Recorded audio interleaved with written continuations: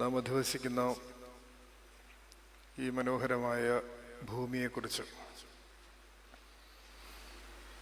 നിരവധി ആളുകൾ കവിതകളും കഥകളും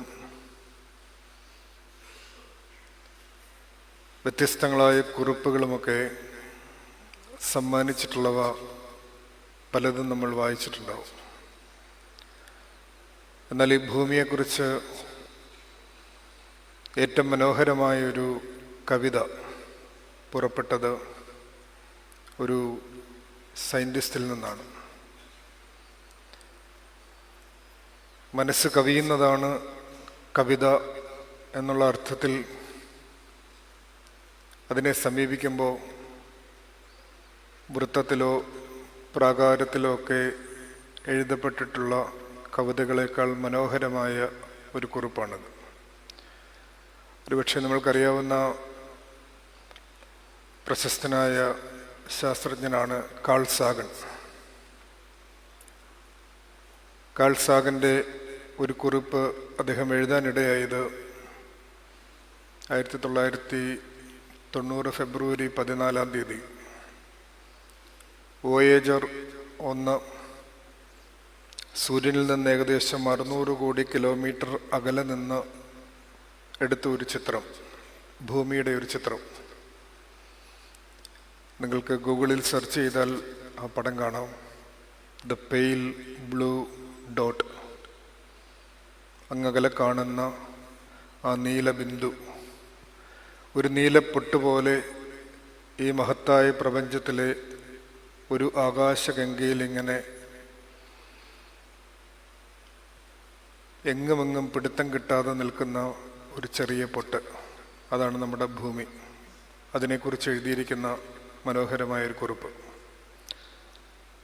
ആ നീല ബിന്ദു, അതാണ് നമ്മുടെ വീട്, അതാണ് നമ്മൾ.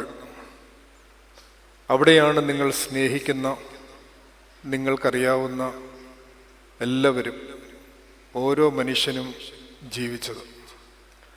നമ്മുടെ സന്തോഷത്തിൻ്റെയും കഷ്ടപ്പാടിൻ്റെയും എല്ലാം ആകത്തുകയാണത്.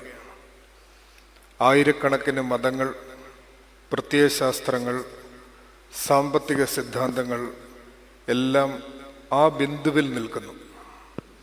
വേട്ടക്കാരനും ഇരയും, സൃഷ്ടാവും സംഹാരകനും, രാജാവും കർഷകനും, പ്രണയികളും മാതാപിതാക്കളും, സൂപ്പർ സ്റ്റാറുകളും പരമോന്നത നേതാക്കളും എല്ലാവരും അവിടെ താമസിച്ചു. സൂര്യകിരണത്തിൽ തങ്ങി നിൽക്കുന്ന ഒരു പൊടിപടലം, ദ പെയിൽ ബ്ലൂ ഡോട്ട്. നാം അധിവസിക്കുന്ന ഭൂമിയെക്കുറിച്ചുള്ള ഈ കുറിപ്പ് ഇവിടെ വായിക്കാനുള്ള കാരണം, നാം ഈ ഒരു ഞായറാഴ്ച സവിശേഷമായി കാത്തിരിക്കുന്നത്, ഈ ദിവസങ്ങളിൽ കാത്തിരിക്കുന്നത് പരിശുദ്ധാത്മാവിൻ്റെ ചൈതന്യം പുതുക്കുന്ന പെന്തിക്കോസ്തി പെരുന്നാളിന് വേണ്ടിയാണ്. പെന്തിക്കോസ്തായിലൂടെ നമുക്ക് ലഭ്യമാകും എന്ന ആദിമ സഭയിൽ ശിഷ്യന്മാരോട് നമ്മുടെ കർത്താവ് യേശു മശിഹ പറഞ്ഞ ആശ്വാസപ്രദനായ റൂഹ, സകല സത്യത്തിലേക്കും നീതിയിലേക്കും പാപബോധത്തിലേക്കും നമ്മെ നയിക്കുന്ന ആ ആശ്വാസപ്രദൻ്റെ കടന്നുവരവ് നമ്മുടെ വിശ്വാസ ജീവിതത്തിൻ്റെ, നമ്മുടെ ആത്മീയ ജീവിതത്തിൻ്റെ ഒക്കെ അകത്തളങ്ങളെ കുറെ കൂടി ഊർജ്ജസ്വലമാക്കുകയും കുറെ കൂടി സജീവമാക്കുകയും അതിൻ്റെ മലിനതകളെയൊക്കെ അകറ്റി നമ്മെ കുറെ കൂടി നൈർമല്യമുള്ളവരാക്കി തീർക്കുകയും ചെയ്യുമെന്ന പ്രതീക്ഷയോടെയുള്ള കാത്തിരിപ്പിലാണ് ഈ ദിവസങ്ങളിൽ നമ്മളൊക്കെ. നിന്റെ വിശുദ്ധാത്മാവിനെ എൻ്റെ ഉള്ളിൽ പുതുതാക്കണമേ എന്ന ദാവീദ് മഹാരാജാവിൻ്റെ ആ പ്രാർത്ഥനയാണ് ഈ ദിവസങ്ങൾ നമ്മുടെ ഹൃദയങ്ങളെ ഭരിക്കേണ്ടതത്രയും. അതുമാത്രമല്ല സത്യത്തിൽ പെന്തിക്കോസ്ത പെരുന്നാൾ ഈ ചരിത്ര ലോകത്തിന് സമ്മാനിച്ചിട്ടുള്ളത്. നാം ഇപ്പോൾ ആരാധിക്കുന്ന അതിമഹത്തായ ഒരു ദൈവസങ്കല്പത്തിൻ്റെ സമ്പൂർണമായ പിറവിയെടുക്കലാണ് ആദിമസഭയിലെ പെന്തിക്കോസ്ത തിരുനാളിൽ സംഭവിച്ചത് എന്ന് വേദശാസ്ത്രം പഠിക്കുന്നവർക്കൊക്കെ അറിയാം. വിശുദ്ധ തൃത്വം എന്ന ഒറ്റ പേരിൽ നാം വിളിക്കുന്ന പിതാവും പുത്രനും പരിശുദ്ധ റൂഹായുമാകുന്ന സത്യേക ദൈവത്തിൻ്റെ ആ വെളിപ്പെടൽ, അതിൻ്റെ പൂർണ്ണമായ പിറവിയിൽ നമുക്ക് ലഭ്യമാവുന്നത് പെന്തക്കോസ്ത് തിരുനാളിലാണ്. വിശുദ്ധ തൃത്വമെന്ന ദൈവസങ്കല്പത്തെ, ദൈവ സ്വരൂപത്തെ ഈ ചരിത്ര ലോകത്തിന് സാധ്യമാക്കി തരുന്നത് ക്രിസ്തുവിൻ്റെ മനുഷ്യാവതാരമാണ്. നമ്മുടെ കർത്താവ് യേശു മിശിഹായുടെ മനുഷ്യാവതാരത്തിലൂടെ മനുഷ്യർക്ക് വെളിപ്പെട്ട ദൈവാനുഭവങ്ങൾക്ക് അവൻ്റെ ഭാഷയുടെയും ബുദ്ധിയുടെയും പരിമിതിയിലും പാരമ്യത്തിലും നിന്നുകൊണ്ട് മനുഷ്യൻ ഇട്ടിട്ടുള്ള പേരാണ് തൃത്വം. തൃത്വവ്യാകരണം ചമയ്ക്കുന്ന 4-ാം നൂറ്റാണ്ടിൽ കപ്പദോക്കിയിലെ പിതാക്കന്മാർ ആവർത്തിച്ച് പറയുന്ന ഒരു വാക്ക്, ഹോളി ട്രിനിറ്റി എന്ന് നിങ്ങൾ ദൈവത്തെ വിളിക്കുമ്പോൾ ദൈവം അതാണെന്ന് നിങ്ങൾ തെറ്റിദ്ധരിക്കരുത്. ദൈവം അതുക്കും മേലെയാണ്. പിതാവ്, പുത്രൻ, പരിശുദ്ധാത്മാവെന്ന് നിങ്ങൾ ദൈവത്തെ അഭിസംബോധന ചെയ്യുമ്പോൾ ദൈവം അതാണ് നിങ്ങളുടെ ബുദ്ധിയിലും നിങ്ങളുടെ അറിവിലും നിങ്ങളുടെ അനുഭവത്തിലും ഒരുങ്ങുന്ന ഒന്നാണ് എന്ന് നിങ്ങൾ വിചാരിക്കരുത്. കാരണം അനുഭവം എന്ന് പറയുന്നത് മനുഷ്യന് ഈ എംപിരിക്കൽ സെൻസസ് കൊണ്ട് കിട്ടുന്ന ഒരു യാഥാർത്ഥ്യമാണ്. നമ്മുടെ കണ്ണ്, കാത്, ത്വക്ക്, കാത്, ഇങ്ങനെ ഇന്ദ്രിയങ്ങൾ കൊണ്ട്, പഞ്ചേന്ദ്രിയങ്ങൾ കൊണ്ട് നമ്മൾക്കറിയാനാവുന്ന ഒരു അനുഭവ മണ്ഡലത്തിനപ്പുറത്തുള്ള ഒരു ട്രാൻസെൻഡന്റൽ റിയാലിറ്റിയാണ് ദൈവം. പലപ്പോഴും നമ്മൾ തെറ്റിദ്ധരിക്കും. ഈ മോഡേൺ സയൻസ് നമ്മൾ പഠിച്ചു കഴിയുമ്പോൾ നമുക്കുണ്ടാവുന്ന ഒരു തെറ്റിദ്ധാരണ, ദൈവത്തെ നമുക്ക് അനുഭവിച്ചറിയാൻ, എക്സ്പെരിമെൻ്റിലൂടെ എക്സ്പീരിയൻസ് ചെയ്യാൻ പറ്റുന്നില്ലല്ലോ, അതുകൊണ്ട് അതൊരു ട്രൂത്താണോ എന്നൊരു ചോദ്യം നമ്മുടെ യൗവനകാലങ്ങളിലൊക്കെ, അത് ജെൻസി ആയാലും ആൽഫയായാലും അതിനു മുമ്പുള്ള ജനറേഷനായാലും എല്ലാ പുതിയ ജനറേഷനുകളിലും ഈ ചോദ്യമുണ്ട്. അവരവരുടെ യൗവനകാലങ്ങളിൽ സത്യാന്വേഷണം നടത്തുന്ന ഓരോ സന്ദർഭത്തിലും ഗൗരവമായ ജീവിതത്തെ സമീപിക്കുന്ന ഓരോ ചെറുപ്പക്കാരൻ്റെയും ചെറുപ്പക്കാരിയുടെയും ഉള്ളിൽ ഇത്തരം സന്ദേഹങ്ങൾ എല്ലാ കാലങ്ങളിലും ഉണ്ടായിട്ടുണ്ട്. അപ്പം അത്തരം സന്ദേഹങ്ങൾ ഉണ്ടാകുന്ന സമയത്ത് നമ്മൾ തിരിച്ചറിയേണ്ട ഒരു യാഥാർത്ഥ്യം, നമ്മുടെ എംപിരിക്കൽ സെൻസസിൽ കൂടി നമ്മൾക്ക് അനുഭവിക്കാൻ ആവുന്നതിനതീതമായ ഒരു യാഥാർത്ഥ്യമായി ദൈവം നിലനിൽക്കുന്നുവെന്ന് നമ്മുടെ സഭാശാസ്ത്രത്തിൽ നമ്മുടെ പിതാക്കന്മാർ അടിവരയിട്ട് നമ്മളെ പഠിപ്പിക്കുന്നുണ്ട്. പിന്നെ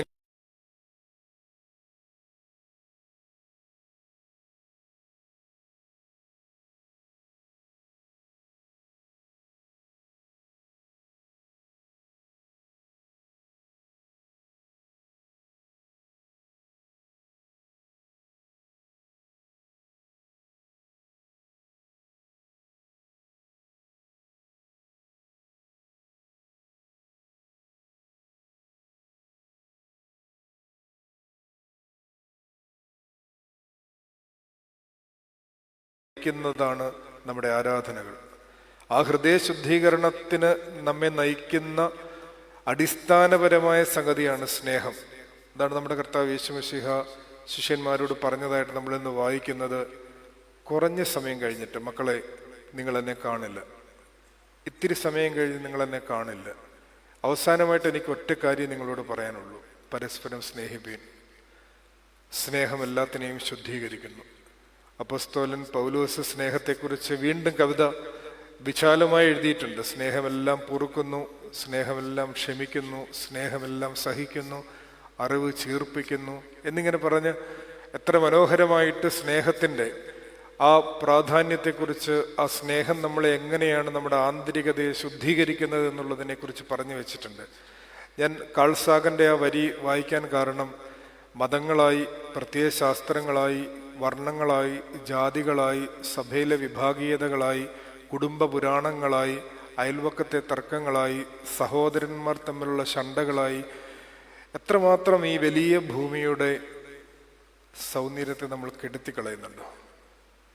നമ്മൾ അധിവസിക്കുന്ന സൂര്യകിരണത്തിലെ ഈ പൊടിപടലത്തിൻ്റെ സൗന്ദര്യം മുഴുവൻ നശിപ്പിക്കുന്നത് സത്യത്തിൽ നമ്മൾ തന്നെയാണ്. അത്തരമൊരു ആസുരഭാവത്തിൽ നിന്നൊരു പിന്മാറ്റം, അതാണ് പെന്തക്കോസ്ത് പെരുന്നാൾ നമുക്ക് സമ്മാനിക്കുന്നത്. കുറെ കൂടി നമ്മുടെ ഹൃദയവിചാരങ്ങളെ നിർമ്മലമാക്കുകയും കുറെ കൂടി ആഴത്തിൽ ഈ ഒരു ആവാസ വ്യവസ്ഥയെ അടുത്ത തലമുറയ്ക്ക് വേണ്ടി സുന്ദരമായി സൂക്ഷിക്കാനുള്ള ഉത്തരവാദിത്വ ബോധത്തിലേക്ക് നമ്മളെ നയിക്കുകയും ചെയ്യുമെന്നുള്ളതാണ് യഥാർത്ഥത്തിൽ വിശുദ്ധാത്മാവിൻ്റെ ചൈതന്യം പുതുക്കലിലൂടെ നമ്മിൽ സംഭവിക്കുന്ന ഒരു യാഥാർത്ഥ്യം. നമ്മൾ വിശുദ്ധ തൃത്വത്തെ ആരാധിക്കുമ്പോൾ, ഞാനൊരു ചെറിയ ഉദാഹരണം പറഞ്ഞ് അവസാനിപ്പിക്കാം. ഹോളി ട്രിനിറ്റിയെക്കുറിച്ച് സമീപകാലത്ത് നമ്മൾക്ക് വായിക്കാനിടയായ ഏറ്റവും പുതിയ പുസ്തകങ്ങളിൽ ഒന്ന് ദ ഡിവൈൻ ഡാൻസ് ആണ്. റിച്ചാർഡ് റോറിൻ്റെ പുസ്തകമാണ് ദ ഡിവൈൻ ഡാൻസ്. അതെനിക്ക് സമ്മാനിച്ചത് ഒരു 23 വയസ്സുള്ള ചെറുപ്പക്കാരനാണ്. നമ്മുടെ കുട്ടികൾ അത്ര ഗൗരവമായിട്ടാണ് ഇത്തരം കാര്യങ്ങളെ സമീപിക്കുന്നതെന്നും ആ കാര്യങ്ങളെക്കുറിച്ച് അറിയാൻ ശ്രമിക്കുന്നതെന്നും നമ്മളെ തിരിച്ചറിയിപ്പിക്കുന്ന ഒരു സമ്മാനമായിട്ടാണ് ഞാനതിനെ ഹൃദയപൂർവ്വം സ്വീകരിച്ചത് തന്നെ. യഥാർത്ഥത്തിൽ ആ പുസ്തകത്തിൽ ഒരു വാക്ക് ഉപയോഗിക്കുന്നുണ്ട്. അത് നമ്മൾ സെമിനാരിയിലൊക്കെ, അച്ഛന്മാർക്കറിയാം, സെമിനാരിയിലൊക്കെ ഹോളി ട്രിനിറ്റിക്കകത്തെ പിതാവ്, പുത്രൻ, പരിശുദ്ധ റൂഹ എന്ന മൂന്നാളത്തങ്ങളുടെ പാരസ്പര്യത്തെ, അതിൻ്റെ ആ സ്നേഹബന്ധത്തെ കുറിക്കാൻ ഉപയോഗിച്ചിരിക്കുന്ന ഒരു ഗ്രീക്ക് വാക്കുണ്ട്. ട്രിനിറ്റേറിയൻ ഗ്രാമർ 4th സെഞ്ചുറിയിൽ ഡെവലപ്പ് ചെയ്യുന്ന സമയത്ത് കപ്പദോക്കിയയിലെ പിതാക്കന്മാർ തന്നെ ഉപയോഗിച്ചിരിക്കുന്ന ഒരു വാക്കാണത്. പെരിക്കൊറേസിസ്, ഒരു ഗ്രീക്ക് വാക്കാണ്. എന്നാൽ ആ വാക്ക് നമുക്ക് പരിചയമല്ലെങ്കിലും അതിനോട് ചേർന്ന് വരുന്ന ഈ വാക്കിൻ്റെ തന്നെ സെയിം റൂട്ടിൽ നിന്ന് വരുന്ന മറ്റൊരു വാക്ക് ഇന്ന് നമുക്ക് സുപരിചിതമാണ്: കൊറിയോഗ്രാഫി. കൊറിയോഗ്രാഫി എന്ന് പറഞ്ഞാൽ നൃത്ത സംവിധാനമാണ്, ഡാൻസിൻ്റെ ഡയറക്ഷനാണ്. കൊറിയോഗ്രാഫിയുടെയും പെരിക്കൊറേസിസിൻ്റെയും റൂട്ട് ഒന്ന് തന്നെയെന്ന് ആ പുസ്തകത്തിൽ പറയുന്നുണ്ട്. പറയാൻ ശ്രമിക്കുന്നത് ഇത്രയേ ഉള്ളൂ: പിതാവും പുത്രനും പരിശുദ്ധ റൂഹായും തമ്മിലുള്ള ആ ആളത്തങ്ങളുടെ പാരസ്പര്യ വ്യാപാരം, ആ പരസ്പര ബന്ധം ഒരു ഡിവൈൻ ഡാൻസ് പോലെയാണ്, ഒരു ആനന്ദ നൃത്തം പോലെയാണ്. മനുഷ്യൻ ഡാൻസ് ചെയ്യുന്ന എപ്പോഴാണ്? മതിമറക്കുമ്പോഴല്ലേ. മനുഷ്യൻ ഡാൻസ് ചെയ്യുന്നത് അവൻ ഒരു എക്സ്റ്റസി നിൽക്കുമ്പോഴാണ് അവനിങ്ങനെ തുള്ളിപ്പോകുന്നത്. അപ്പോൾ ആ ഒരു നമ്മളുടെ പരിസരങ്ങളെ മറന്ന് ഒരാൾ ആ നോംസ് ഒക്കെ മറന്ന്, നമ്മൾ നോർമൽ എന്ന് നമ്മൾ പറയുന്ന ആ നോംസിനെ, ദാവീദ് രാജാവ് എപ്പോഴാണ് പെട്ടകത്തിന് മുമ്പിൽ കിടന്ന് തുള്ളിച്ചാടിയത്? അയാൾക്കുണ്ടാവുന്ന ഒരു എക്സ്റ്റസി ഉണ്ട്, ഒരു ഉന്മാദം, ഒരു ഒരു ഒരു ട്രാൻസെൻഡന്റൽ തലമുണ്ട്. നമ്മൾ അതിനെക്കുറിച്ച് പറയുന്നത് അബ്രഹാം വിശ്വാസികളുടെ പിതാവാണ് നമ്മൾ വിശേഷിപ്പിക്കുന്നത്. Abraham's migration is an ecstatic movement എന്നാണ് നമ്മുടെ വേദശാസ്ത്രത്തിൽ പഠിപ്പിക്കുന്നത്. അബ്രഹാമിന്റെ മൈഗ്രേഷൻ, അതായത് കാണിപ്പാനിരിക്കുന്ന ദേശത്തേക്ക് തനിക്ക് പരിചയമുള്ളതെല്ലാം വിട്ടിട്ട് ഒരാൾ ഇറങ്ങിപ്പോവാന്ന് പറഞ്ഞാൽ അയാൾ നോർമൽ അല്ല, ആണോ? നമ്മളിപ്പോൾ കാനഡയ്ക്ക് പോകാൻ, ജർമ്മനിക്ക് പോകാൻ, ഓസ്ട്രേലിയക്ക് പോകാൻ എന്ത് പേപ്പർ വർക്ക് നടത്തിയിട്ടാണ് പോകുന്നത്? അല്ല, എന്തുമാത്രം നോക്കും, എവിടെ പോയാലാണ് ഏറ്റവും മെച്ചമെന്ന് നോക്കിയിട്ടാണ് കാണിപ്പാനിരിക്കുന്ന ദേശത്തേക്ക് നമ്മൾ മൈഗ്രേറ്റ് ചെയ്യുന്നത്. പക്ഷെ അബ്രഹാമിന്റെ മൈഗ്രേഷൻ അങ്ങനല്ല, ഒരു എടുത്തുചാട്ടമാണ്. വിശ്വാസം എന്ന് പറയുന്നത് സത്യത്തിൽ ഈ ഒരു എടുത്തുചാട്ടമാണ്, വിശ്വാസ ജീവിതം. അത് നമ്മുടെ എല്ലാ ഇന്ദ്രിയങ്ങൾക്കതീതമായൊരു യാഥാർത്ഥ്യത്തിലേക്ക് നമ്മളെ നയിക്കുന്നുവെന്നും വിശുദ്ധ തൃത്വമെന്ന ആ ആനന്ദത്തിന്റെ കാലാവസ്ഥയെ ആരാധിക്കുന്ന ഈ സമൂഹത്തിന്റെ കാലാവസ്ഥ എന്തായിരിക്കണം? ആനന്ദത്തിൻ്റെതായിരിക്കണം, പരസ്പര ബന്ധത്തിൻ്റെതായിരിക്കണം, പരസ്പര സ്നേഹത്തിൻ്റെതായിരിക്കണം. അതുകൊണ്ടാണ് ഞാൻ വിശാലമായ ഭൂമിയുടെ ഒരു കുറിപ്പ് ആദ്യം വായിച്ചത്. നമ്മുടെ അല്പത്തരങ്ങൾക്കും നമ്മുടെ വങ്കത്തരങ്ങൾക്കും മാത്രം ഇടം കൊടുക്കാനുള്ള സ്ഥലമല്ല ഭൂമി. നമ്മുടെ മക്കളെ പ്രതിയെങ്കിലും ഞാനും നിങ്ങളും ചിന്തിക്കണം. നമ്മുടെ അല്പത്തരങ്ങളുടെ ആകാശഗംഗയിലല്ല നമ്മൾ ജീവിക്കുന്നത്. വലിയൊരു ആകാശഗംഗയിലെ സൂര്യകിരണത്തിലെ ഒരു പൊടിപടലത്തിലാണ് നമ്മൾ ജീവിക്കുന്നത്. അതിൻ്റെയും കൂടി മഹത്തായ ഒരു ദൈവത്തിൻ്റെ മുമ്പിലാണ് നമ്മൾ ജീവിക്കുന്നത്. നമ്മുടെ പ്രദക്ഷിണം നടന്ന് കറങ്ങി തിരിഞ്ഞു വരുമ്പോൾ നമ്മളെ ആശീർവദിക്കുന്ന ഒരു ചെറിയ ദൈവത്തിൻ്റെ മുമ്പിലല്ല നമ്മൾ നിൽക്കുന്നത്. പിന്നെയോ കാണപ്പെടുന്നവയും കാണപ്പെടാത്തവയുമായ, കാണപ്പെടുന്ന 5000-ലധികം ഗാലക്സികളുടെയും ഇനി കാണപ്പെടാനുള്ള, കണ്ടുപിടിക്കാനുള്ള ഗാലക്സികളുടെയും അധിപനായൊരു ക്രിയേറ്ററിന്റെ മുമ്പിലാണ് നമ്മൾ നിൽക്കുന്നത്. ആ അഖിലാണ്ടത്തിൻ്റെ ഉടയവന്റെ മുമ്പിൽ നിൽക്കുമ്പോൾ കുറെ കൂടി വിനയപ്പെടാനല്ലാതെ, നമ്മൾ ഇന്ന് ലേഖനം വായിച്ചതുപോലെ ക്രിസ്തുയേശുവിൻ്റെ ഭാവം തന്നെ നമ്മളിൽ ഉണ്ട്. നമ്മെ നയിക്കാൻ, പരിശുദ്ധാത്മാവിൻ്റെ ചൈതന്യം പുതുക്കൽ നമ്മളെ സഹായിക്കട്ടെ എന്ന് പ്രാർത്ഥിക്കുന്നു. ദൈവം അനുഗ്രഹിക്കട്ടെ.